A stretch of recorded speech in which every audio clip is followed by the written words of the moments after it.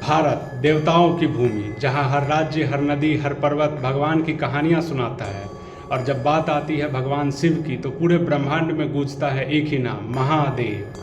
और आज हम आपको लेकर चलेंगे ऐसी ही एक दिव्य यात्रा पर, जहाँ स्वयं शिव प्रकट हुए 12 ज्योतिर्लिंग की यात्रा। कहा जाता है इन 12 स्थलों के दर्शन मात्र से ही मनुष्य को मोक्ष की प्राप्ति होती है। तो आइए शुरू करते हैं ये आध्यात्मिक यात्रा। हर हर महादेव। हमारी यात्रा शुरू होती है गुजरात के सौराष्ट्र से, जहाँ अरब सागर के तट पर स्थित है सोमनाथ मंदिर। यही वो स्थान है जहाँ भगवान चंद्रदेव ने भगवान शिव की आराधना की थी और उन्हें सोम का नाथ कहा गया था। सोम चंद्रमा को भी कहा जाता है। कहा जाता है यह ज्योतिर्लिंग समय समय पर कई बार नष्ट हुआ, पर हर बार यह पहले से अधिक भव्य रूप में पुनर्निर्मित हुआ। सोमनाथ का दर्शन हमें सिखाता है कि भक्ति को कोई ताकत मिटा नहीं सकती। अब चलते हैं दक्षिण भारत की ओर। आंध्र प्रदेश के श्रीलैस पर्वत पर यहाँ स्थित है मल्लिकार्जुन ज्योतिर्लिंग, जहाँ शिव और पार्वती अपने पुत्र कार्तिकेय और गणेश से मिलने आए थे। यह स्थान भक्तों के लिए प्रेम, परिवार और आशीर्वाद का प्रतीक है। मल्लिका यानी पार्वती और अर्जुन यानी शिव, दोनों के मिलन का यह स्थान हमें बताता है कि भक्ति और प्रेम दोनों में ईश्वर का निवास होता है। आंध्र प्रदेश से सीधा हम आ जाते हैं मध्य प्रदेश। मध्य प्रदेश में ही एक जगह है उज्जैन। उज्जैन में जहाँ भगवान महाकालेश्वर स्वयं समय के स्वामी हैं। यहाँ की शिवलिंग स्वयंभू है, यानी धरती से निकला हुआ।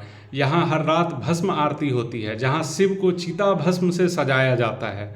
यह स्थान हमें याद दिलाता है कि मृत्यु भी शिव के लिए केवल एक परिवर्तन है, अंत नहीं। वहीं पे मध्य प्रदेश में ही नर्मदा नदी के किनारे स्थित है ओमकारेश्वर, जिसका आकार ऊपर से देखने में ओम जैसा दिखाई देता है।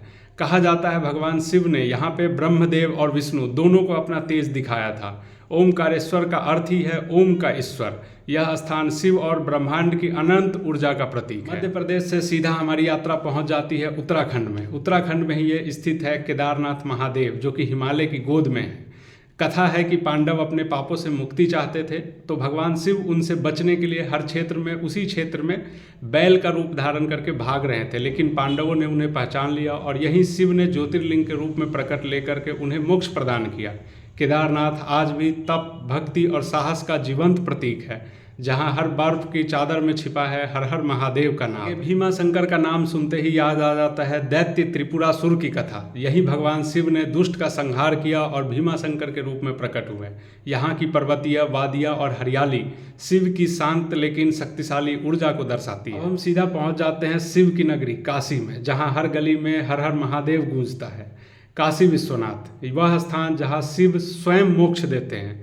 कहा जाता है कि जब किसी को मृत्यु के समय राम नाम का जाप करते हुए जब अपने प्राण को त्याग देता है, तो स्वयं शिव उसके कान में मोक्ष मंत्र कहते हैं। काशी सिर्फ एक शहर नहीं, यह स्वयं ईश्वर की आत्मा है। भगवान की नगरी से निकल करके हम सीधा पहुंच जाते हैं हिंदुस्तान का ही एक खास शहर महाराष्ट्र में। महाराष्ट्र में ही एक जगह है नासिक। नासिक में ही स्थित है त्र्यंबकेश्वर, जहाँ से गोदावरी नदी की उत्पत्ति होती है। यहाँ शिव अपने 3 नेत्रों के रूप में पूजे जाते हैं, भूत, वर्तमान और भविष्य के नियंत्रण के रूप में। यह स्थान काल, कर्म और आत्मा के रहस्यों का प्रतीक है, जिसको हम लोग बोलते हैं त्र्यंबकेश्वर ज्योतिर्लिंग। अब हम सीधे चलते हैं बाबा धाम, जो कि झारखंड में ही स्थित है। इसको बोलते हैं बाबा बैद्यनाथ धाम। कथा है कि रावण ने भगवान शिव को प्रसन्न करने के लिए अपने सिर को अर्पित करना शुरू कर दिए थे, और उसको देख करके भगवान शिव जो है खुश हुए और उसको वरदान दिया और वहीं पे प्रकट हुए। इसीलिए उन्हें वैद्यनाथ भी कहा गया, जो भक्तों के हर दुख का इलाज करते हैं। झारखंड से निकल करके हम सीधा पहुंच जाते हैं गुजरात में, जो कि है द्वारका। द्वारका में स्थित है नागेश्वर मंदिर। कहा जाता है कि भगवान शिव जो है भक्तों की रक्षा के लिए नागों के बीच में विराजते हैं।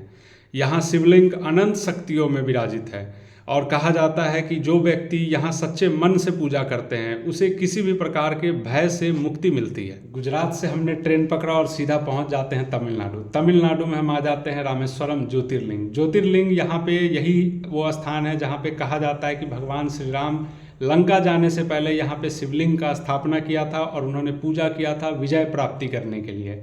यहाँ का समुद्र स्नान और फिर दर्शन जीवन के सभी पापों से मुक्ति मिलाता है, ये भी मान्यता है। अंत में हमारी यात्रा सीधा एक बार फिर से महाराष्ट्र में पहुँच जाती है घृणेश्वर ज्योतिर्लिंग को देखने के लिए। यहाँ भगवान शिव भक्ति की पराकाष्ठा पर प्रसन्न हुए और ज्योतिर्लिंग के रूप में विराजमान हुए थे। कहा जाता है कि घृष्णा नाम की एक महिला थी जो कि भगवान शिव की भक्ति करती थी, और उसी से प्रसन्न होकर भगवान शिव ने उसे दर्शन दिए थे। यही कारण है कि यह मंदिर भक्ति और समर्पण का प्रतीक माना जाता है। ये 12 ज्योतिर्लिंगों की यात्रा सिर्फ एक भक्ति की यात्रा नहीं है, ये एक आत्मा की यात्रा है। ये बहुत कुछ सिखाता है हमें। सोमनाथ से धैर्य, महाकाल से समय की महिमा, केदारनाथ से विश्वास और काशी से मुक्ति का अर्थ। जो भक्त पूरे मन से हर हर महादेव कहता है वो स्वयं शिव की कृपा की अधिकारी बनता है। जय भोलेनाथ। आपको ये दिव्य यात्रा कैसी लगी? आप हर हर महादेव कमेंट में लिख करके या ओम नमः शिवाय लिख करके कमेंट में आशीर्वाद तो दे ही सकते हैं, और साथ साथ इस चैनल को सब्सक्राइब भी कर सकते हैं। आपको पूरी जो हिस्ट्री है या कैसे कौन सी चीज़ें हैं वो सारी चीज़ें आपको इस चैनल पर मिलती रहेगी, चाहे वो भक्ति हो, चाहे वो घूमने से रिलेटेड हो, चाहे वो नेचर से रिलेटेड हो, चाहे वो किसी राज्य के बारे में। धन्यवाद।